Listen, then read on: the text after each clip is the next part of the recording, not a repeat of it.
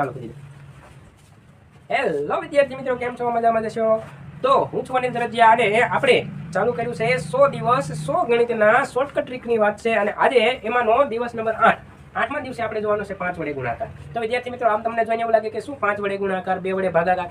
તો વિદ્યાર્થી મિત્રો, અહીંયા આ નાની નાની બાબત છે, ખૂબ જ મહત્વની બની રહેશે, કારણ કે આપણે દાખલા ગણવાના હોય, આ દાખલામાં જો આવી અમુક નાની નાની રીત આવડતી હોય તો ખૂબ જ મહત્વની બને।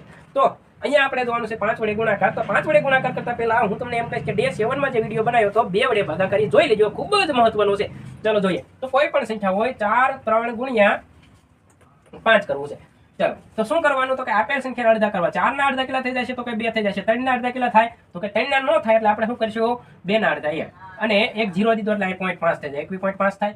હવે શું કરવાનું? તો 5 વડે ગુણાકાર હોય તો 1 0 એટલે કે 1 પોઈન્ટ આગળ ખેંચવી દો, એટલે 1 2 1 અને 5 આ થઈ ગયું 5 વડે ગુણાકાર। ફરી એક સંખ્યા લઈએ, 3 2 અને 8 એને ગુણ્યા 5। તો આના કઈ રીતે કરશું? તો કે 3 ના અડધા નો થાય એટલે 2 2 ના અડધા કેટલા થશે? 1 અહીં 12 12 ના અડધા 6 અને અહીંયા કરે 8 8 ના અડધા 4 અને છેલ્લે હું મૂકી દેવાનું 0 એટલે કે 1640 જવાબ આવશે। તો બસ હાવ સિમ્પલ છે। ચલો હજી જોઈએ। 7 3 અને 8 એને ગુણ્યા 5। તો ગુણાકાર કરવો હોય તો આના અડધા કરો 7 એટલે 6 ના અડધા 3 થઈ જાય, 13 ના અડધા એટલે કે 6 થઈ જશે ને, 18 ના અડધા 9 અને પાછળ 0 એટલે કે 36 90।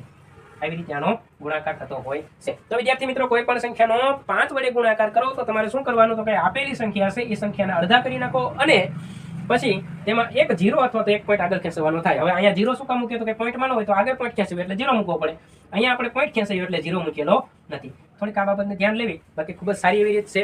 જો તમને આ રીત સમજાણી હોય તો હું અહીંયા વિડીયો સંખ્યા આપું છું, 2 3 8 2 એને ગુણ્યા 5। આ સંખ્યાનો ગુણાકાર કરી અને કોમેન્ટ કરજો। જો વિડીયો યુઝફુલ લાગે તો લાઈક કરજો, શેર કરજો અને કોમેન્ટ કરજો। Thank you. જય હિન્દ, જય ભારત।